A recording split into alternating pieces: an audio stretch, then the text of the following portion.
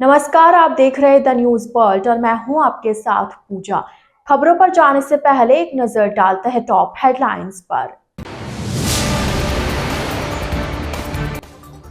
राजस्थान उपचुनाव परिणाम में भाजपा ने 7 में से 5 सीटों पर कब्जा किया। खिवंसर में कांग्रेस प्रत्याशी की जमानत जब्त हुई। जोधपुर में रिटायर्ड एडिशनल एसपी के घर चोरों ने दिया लूट को अंजाम। पुलिस ने त्वरित कार्रवाई करते हुए बिलाड़ा से चोरों को पकड़ा। चिकित्सा एवं स्वास्थ्य विभाग के प्रमुख शासन सचिव गायत्री राठौड़ ने उम्मेद अस्पताल का निरीक्षण कर व्यवस्थाओं का जायजा लिया।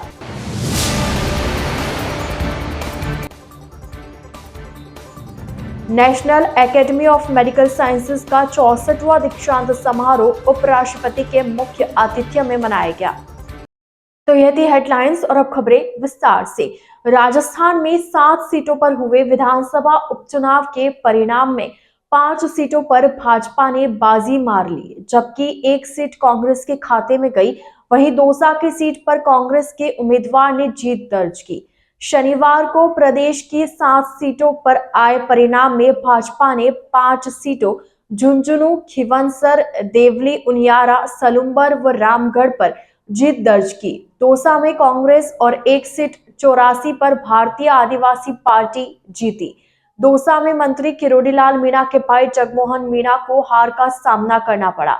झुंझुनू में कांग्रेस सांसद ब्रजेंद्र ओला के बेटे अमित ओला और खिवंसर में सांसद हनुमान बेनीवाल की पत्नी कनिका बेनीवाल की हार हुई। खिवंसर से कांग्रेस प्रत्याशी डॉक्टर रतन चौधरी की जमानत जब्त हो गई।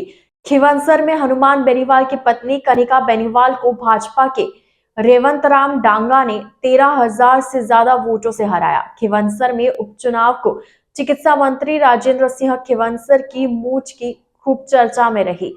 गौरतलब है कि मंत्री खिवंसर ने चुनावी सभा के दौरान वादा किया था कि यदि खिवंसर में उपचुनाव में भाजपा की हार हो जाती है तो वो अपनी मूंछ मुड़वा देंगे।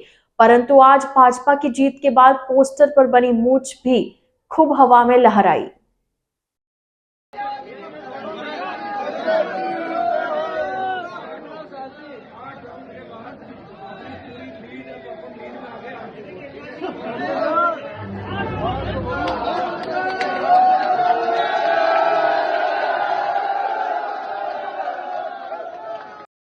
जोधपुर के बीजेएस क्षेत्र में स्थित रिटायर्ड एडिशनल एसपी के घर में काम करने वाले 2 नौकरों ने लूट की वारदात को अंजाम दिया।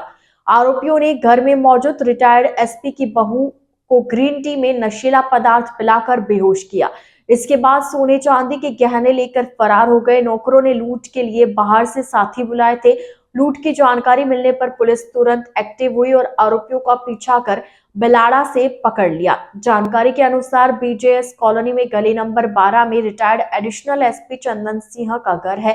गुरुवार दोपहर करीब 12 बजे रिटायर्ड एडिशनल एसपी के घर में उनकी बहू अकेली थी। नेपाली नौकरों ने उसे ग्रीन टी में नशीला पदार्थ मिलाकर दिया। नौकरों ने बाहर से अपने साथियों को बुलाकर घर में रखे सोने चांदी के जेवर लूट लिए और फरार हो गए।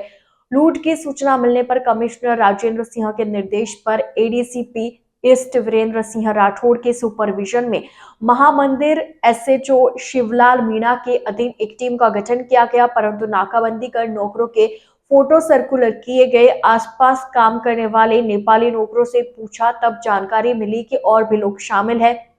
इस दौरान पुलिस को सूचना मिली कि आरोपी जयपुर रूट की तरफ गए हैं। इस पर पुलिस टीम ने पीछा कर बिलाड़ा से 2 नौकरों को एक बस से पकड़ लिया। इस दौरान पता चला कि उनके साथ लूट में 6 और लोग शामिल हैं। इसमें से 2 आरोपी प्राइवेट गाड़ी करके भागे हैं, बाकी 4 को अन्य बसों से पकड़ा।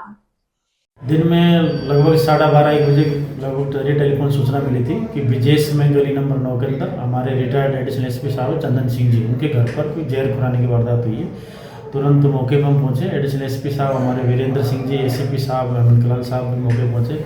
जाके देखा कि वहाँ जो एडिशनल एसपी साहब उनकी पुत्र वधू के साथ उसके जो घरेलू नौकर थे, एक महिला और पुरुष जो नेपाल के रहने वाले थे, उनके द्वारा उनको जहर देके और उनके घर में लूट डकैती की वारदात को अंजाम दिया गया है, जिस पर आस पड़ोसियों द्वारा जो पीड़िता थी उसको हॉस्पिटल भिजवाया गया था और हमारे वहाँ गहनता से जांच पड़ताल की।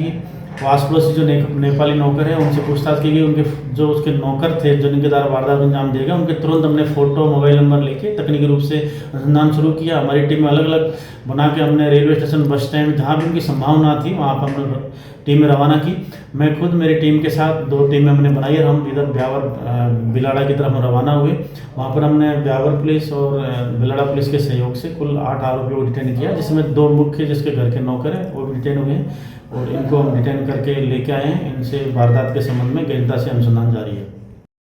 गैंगस्टर आनंदपाल सिंह के भाई रुपेंद्र पाल सिंह उर्फ विक्की को राजस्थान हाईकोर्ट से बड़ी राहत मिली है। राजस्थान हाईकोर्ट ने रुपेंद्र पाल सिंह उर्फ विक्की को पुलिस थाना अधिकारी पर फायरिंग के मामले में जमानत दे दी है। हाईकोर्ट ने 50,000 के निजी मुचालके और 25-25 हजार रुपए के 2 जमानतों पर रुपेंद्र पाल सिंह को रिहा करने के आदेश दिए हैं। रुपेंद्र पाल को 2016 में डिडवाना जिले के जसवंतगढ़ थाने में दर्ज मामले में जमानत दी गई। इस मामले में आरोपी के आनंदपाल सिंह और उसके साथियों ने सावान गांव में जसवंतगढ़ थाना अधिकारी लादू सिंह पर फायरिंग की।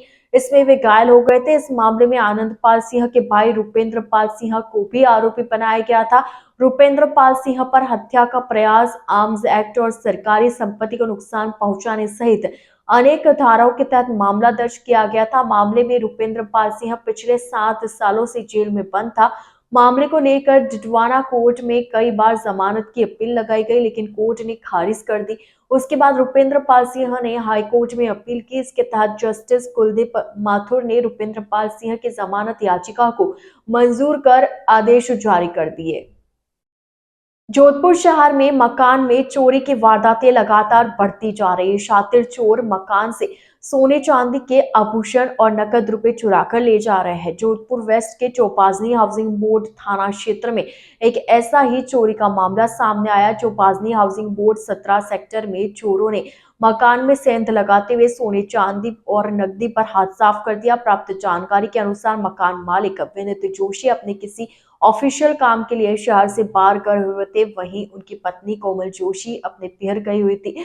कोमल के घर लौटने पर उसने देखा कि घर के ताले टूटे पड़े हैं। जब अंदर देखा तो अलमारी के ताले भी टूटे हुए थे और सारा सामान बिखरा पड़ा था। इस पर पुलिस को सूचना दी गई।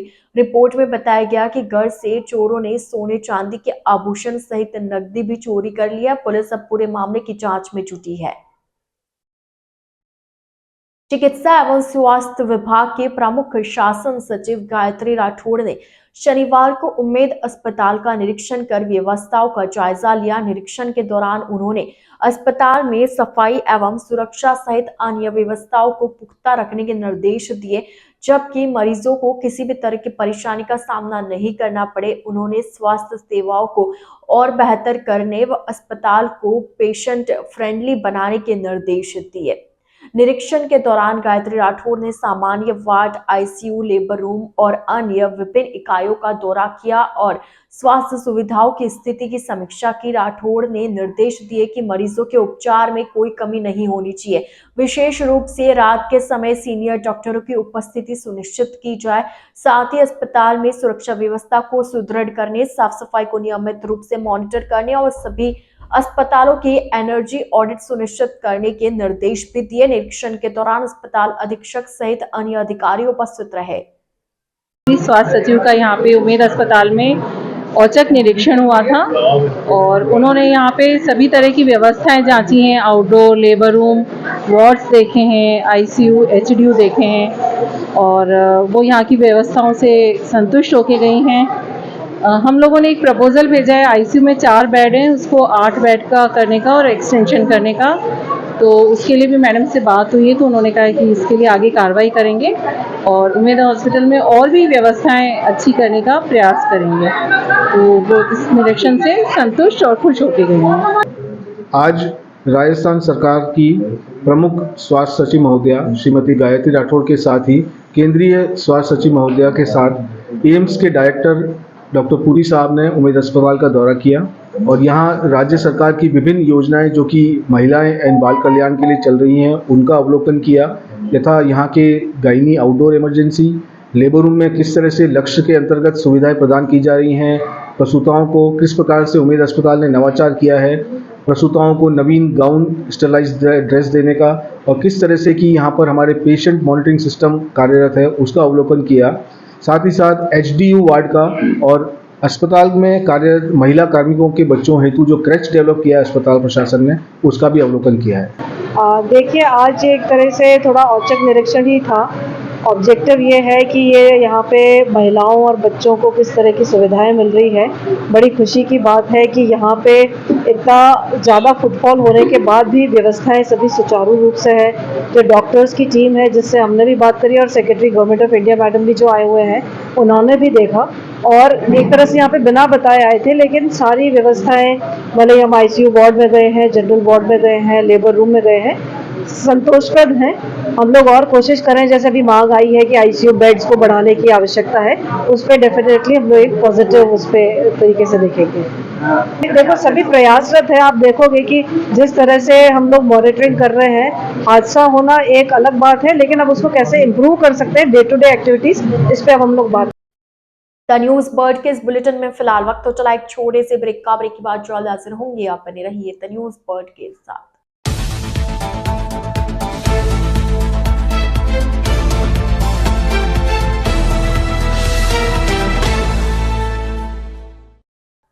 ब्रेक के बाद आपका स्वागत है। जोधपुर के जयनारायण व्यास विश्वविद्यालय के न्यू कैंपस की केमिस्ट्री लैब के बाहर झाड़ियों में एक युवक बेहोश हालत में मिला, जिससे कॉलेज परिसर में सनसनी फैल गई। दरअसल दोपहर में पुलिस को सूचना मिली कि जयनारायण व्यास विश्वविद्यालय के न्यू कैंपस परिसर की केमिस्ट्री लैब के बाहर झाड़ियों में एक युवक अचेत अवस्था में पड़ा है, जिसके मुंह से झाग भी निकल रहा है। जानकारी के अनुसार पारस नामक युवक अचेत अवस्था में मिला, जिसे उपचार के लिए मथुरा दास माथुर अस्पताल ले जाया गया, जहां उसका उपचार जारी है। ऐसी संभावना जताई जा रही है कि युवक ने जहर का सेवन कर लिया था। पुलिस इस मामले की जांच में जुटी है। युवक ने आत्महत्या का प्रयास किया या उसे किसी और ने जहर दिया, इसकी जांच जारी है। North western railway employees union के मंडल कार्यालय में 4 से 6 दिसंबर तक होने वाले संगठन की मान्यता के चुनाव को लेकर मीटिंग का आयोजन एवं वर्कशॉप शाखा में जनसंपर्क किया गया। इस अवसर पर कर्मचारियों को संबोधित करते हुए महामंत्री मुकेश माथुर ने बताया कि all India railway men's federation 1924 से लगातार रेल कर्मचारियों के हकों की रक्षा के लिए संघर्ष कर रहा है। यूनियन ने मांग की है कि 8वें वेतन आयोग का गठन शीघ्र होना चाहिए। North western railway employees union किसी राजनीतिक पार्टी से जुड़ी हुई नहीं है। लाल झंडे के बैनर तले कर्मचारियों को पुनः नौकरी पर लाने, ट्रेड अप्रेंटिस के माध्यम से भर्ती में छूट प्रदान कराने का कार्य, सभी कर्मचारियों को COC सिम मुहैया करवाने का कार्य, कर्मचारियों को विभिन्न प्रकार के भत्ते आदि कई अनगिनत कार्य संगठन द्वारा करवाए गए हैं। उन्होंने बताया कि जनसंपर्क के दौरान महिला कर्मचारियों से संपर्क कर संगठन के समर्थन में वोट करने की अपील की गई है। माथुर ने विश्वास जताया कि 12 दिसंबर को होने वाले चुनावों में प्रचंड जीत दर्ज करेंगे। हमारी यूनियन ने कोर्ट में केस किया कि चुनाव जल्दी कराइए, और उसके बाद जब एक दिन हाई कोर्ट ने रेलवे बोर्ड को कहा, रेलवे बोर्ड चिट्ठी लेके गया कि अब सर्दियां आ रही हैं, फिर सीजन शुरू हो जाएगा, हम चुनाव नहीं करा सकते, तो दिल्ली हाई कोर्ट ने कहा कि रेलवे के जो सबसे बड़े 3 अफसर हैं, 1, 2, 3 नंबर के, वो कल अदालत में हाजिर हों। और जब ऐसी बात हुई तो रात को 9-10 बजे तक इन्होंने तय किया कि अब चुनाव कराएंगे। चुनाव की टेंटेटिव डेट तय की और अगले दिन कोर्ट में जाके सारी चीजें कही। इस कारण ये चुनाव उत्तर पश्चिम रेलवे में ट्रेड यूनियन की मान्यता के 4, 5 और 6 दिसंबर को जो चुनाव होने वाले हैं, उसके संदर्भ में आज जोधपुर कार्यशाला में हमने एक रेल कर्मचारी से मुलाकात की। उसके बाद यूनियन कार्यालय में महिला विंग की मीटिंग आयोजित की, यहाँ के वर्कर्स की मीटिंग आयोजित थी। उसको हमारे जोनल अध्यक्ष साथी मनोज परियार और हमने हमारे दूसरे साथियों ने एड्रेस किया। सारी कर्मचारियों को हमने बताया कि किस प्रकार से, किस संस्कृति के साथ, किस चरित्र के साथ और किस लड़ाकूपन और बलिदान वाले इतिहास के साथ हमने पिछले 100 वर्षों से रेल कर्मचारियों की सेवा की है। और आने वाले समय में जो एक साजिश के तहत सरकार ट्रेड यूनियन आंदोलन रेलवे से खत्म करना चाहती है, उसके बारे में हमने लोगों को बताया। और कोई भी राजनीतिक पार्टी की यूनियन श्रमिकों का भला नहीं कर सकती, केवल गैर राजनीतिक पार्टी की यूनियन ही भला कर सकती है। कर्मचारियों का पूरा समर्थन हमें मिल रहा है और हमें उम्मीद है कि 12 दिसंबर को जो रिजल्ट आएंगे उसमें north western railway employees union सबसे ज़्यादा वोट लेके पहले नंबर पर मान्यता हासिल करने का काम करेगी। जोधपुर के एमबीएम यूनिवर्सिटी के रासायनिक अभियांत्रिकी विभाग के ऑडिटोरियम में वनराज एनसीसी बटालियन द्वारा रक्तदान शिविर एवं रंगारंग कार्यक्रम आयोजित किया गया। कार्यक्रम के बारे में जानकारी देते हुए Jodhpur group commander colonel Jitendra Singh Rathore ने बताया कि 76वें एनसीसी दिवस के उपलक्ष्य में वनराज एनसीसी बटालियन द्वारा सेवा के उद्देश्य से रक्तदान शिविर का आयोजन किया गया, जिसमें एनसीसी कैडेट्स द्वारा बढ़ चढ़कर रक्तदान किया गया। इस अवसर पर ब्लड डोनेशन की थीम पर ही पोस्टर मेकिंग प्रतियोगिता का भी आयोजन किया गया। जय हिंद। मैं colonel Jitendra Singh Rathore, group commander NCC group headquarter Jodhpur, आप सभी का इस प्रांगण में स्वागत करता हूं। और आज 76वें एनसीसी डे के उपलक्ष्य में वनराज एनसीसी बटालियन द्वारा जो ये कार्यक्रम ऑर्गेनाइज किए गए हैं, जिसके तहत blood donation camp, cultural programme और ब्लड डोनेशन के थीम के आधार पर ही एक पोस्टर मेकिंग कंपटीशन भी करवाया जा रहा है। मैं सभी ऑर्गेनाइजर्स को अपनी तरफ से तहे दिल से धन्यवाद देता हूं। और इस नोबल कार्य जो कि ब्लड डोनेशन, रक्तदान, महादान का कार्य करवा रहे हैं और सोशल अवेयरनेस फैला रहे हैं, उसके लिए सभी को मैं बहुत बहुत धन्यवाद देता हूं। और साथ ही आभार प्रकट करता हूं सभी ब्लड डोनर्स का, खासकर एनसीसी के जो कैडेट्स इसके अंदर बढ़ चढ़कर हिस्सा ले रहे हैं, जो कि रक्तदान कर रहे हैं और अपने देश के लिए पूरा सहयोग दे रहे हैं। बहुत बहुत धन्यवाद। जय हिंद, जय Bharat. National academy of medical sciences का 64वां दीक्षांत समारोह जोधपुर के एम्स अस्पताल के ऑडिटोरियम में मनाया गया। नमस्कॉन 2024 थीम पर आयोजित दीक्षांत समारोह में उपराष्ट्रपति जगदीप धनखड़ मुख्य अतिथि के रूप में मौजूद रहे। इस अवसर पर कॉलेज प्रशासन द्वारा उपराष्ट्रपति का स्वागत किया गया। कार्यक्रम की शुरुआत उपराष्ट्रपति द्वारा दीप प्रज्वलित कर की गई। उपराष्ट्रपति जगदीप धनखड़ ने दीक्षांत समारोह के अवसर पर सभी विद्यार्थियों को बधाई देते हुए कहा कि यह सभी के जीवन का सबसे महत्वपूर्ण समय है, जहां इन विद्यार्थियों को आने वाली कई चुनौतियों के साथ सामंजस्य बिठाते हुए अपनी जिम्मेदारियों का निर्वहन करना है। प्रदेश के उपचुनाव परिणाम में 7 में से 5 सीट जीतने के बाद भारतीय जनता पार्टी के कार्यकर्ताओं द्वारा आतिशबाजी कर जोश और उत्साह के साथ जीत का जश्न मनाया गया। उपचुनाव परिणाम में मिली जीत के बाद जोधपुर के जालोर गेट चौराहे पर भारतीय जनता पार्टी के कार्यकर्ता बड़ी संख्या में एकत्रित हुए और आतिशबाजी कर एक दूसरे का मुंह मीठा कराया और जीत की बधाई दी। भारतीय जनता पार्टी शहर जिला अध्यक्ष देवेंद्र सालेचा के नेतृत्व में पार्टी के कार्यकर्ता सहित सूरसागर विधायक देवेंद्र जोशी भी जालोर गेट चौराहे पर पहुंचे और सभी कार्यकर्ताओं के साथ जीत की खुशियां बांटी। जिलाध्यक्ष देवेंद्र सालेचा ने बताया कि भारतीय जनता पार्टी ने एक बार फिर प्रदेश में अपना परचम लहराया है। उन्होंने कहा कि भजनलाल सरकार की पिछले 1 वर्ष की मेहनत और जनता का उन पर भरोसा है कि उपचुनाव में 7 में से 5 सीटों पर भाजपा ने जीत दर्ज की है।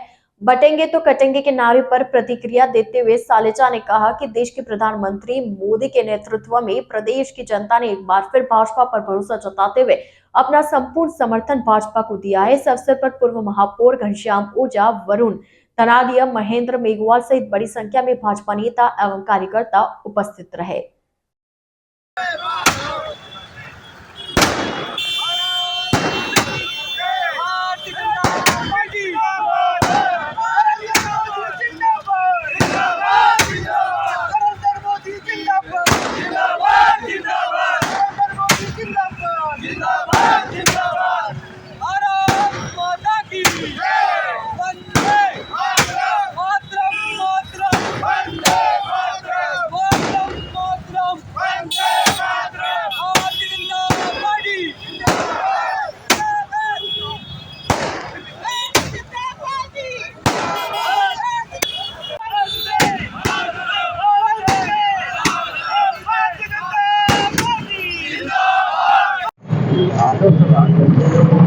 बटेंगे तो कटेंगे की भावना को समझते हुए देशवासियों ने धर्मनिरपेक्षता के और राष्ट्रवाद के मुद्दे पर एक प्रचंड बहुमत भारतीय जनता पार्टी को महाराष्ट्र में दिया है। देश के यशस्वी प्रधानमंत्री आदरणीय नरेंद्र भाई मोदी, राष्ट्रीय अध्यक्ष आदरणीय जेपी नड्डा जी, अमित शाह जी के अथक प्रयासों से और कार्यकर्ताओं ने जो जमीनी स्तर पर कार्य किया, उसी का ये परिणाम है कि भाजपा महाराष्ट्र में एक 3/4 बहुमत से भी ज्यादा बहुमत ला करके और महाराष्ट्र के लोगों ने भारतीय जनता पार्टी के कामों पर एक बार पुनः अपनी मोहर लगाई है और मैं समझता हूं देश के विकास में यह मील का पत्थर साबित होगा। भारतीय जनता पार्टी ने 7 में से 5 सीटें जीतते हुए एक भगवा परचम फहराया है और मैं समझता हूं कि यह राजस्थान के यशस्वी मुख्यमंत्री भजन लाल जी के पिछले 1 वर्ष के कार्यकाल के ऊपर मोहर लगाई है और जो कार्य उन्होंने पिछले 1 वर्ष में आम जन के हितार्थ किए हैं, चाहे वो गैस सिलेंडर के रेटें कम करना हो और चाहे महिलाओं को सुविधाएं प्रदान करना हो और चाहे और भी तरह के जो भी कार्य भारतीय जनता पार्टी ने और हमारे मुख्यमंत्री भजन लाल जी ने किए हैं, उसी को देखते हुए भारतीय जनता पार्टी को आज राजस्थान में भी 7 में से 5 सीटों पर विजय हासिल हुई। द न्यूज बर्ड के इस बुलेटिन में फिलहाल के लिए इतना ही। आइए चलते चलते एक बार फिर नजर डालते आज की टॉप हेडलाइंस पर। राजस्थान उपचुनाव परिणाम में भाजपा ने 7 में से 5 सीटों पर कब्जा किया। खिवंसर में कांग्रेस प्रत्याशी की जमानत जब्त हुई। जोधपुर में रिटायर्ड एडिशनल एसपी के घर चोरों ने दिया लूट को अंजाम। पुलिस ने त्वरित कार्रवाई करते हुए बिलाड़ा से चोरों को पकड़ा। चिकित्सा एवं स्वास्थ्य विभाग के प्रमुख शासन सचिव गायत्री राठौड़ ने उम्मेद अस्पताल का निरीक्षण कर व्यवस्थाओं का जायजा लिया।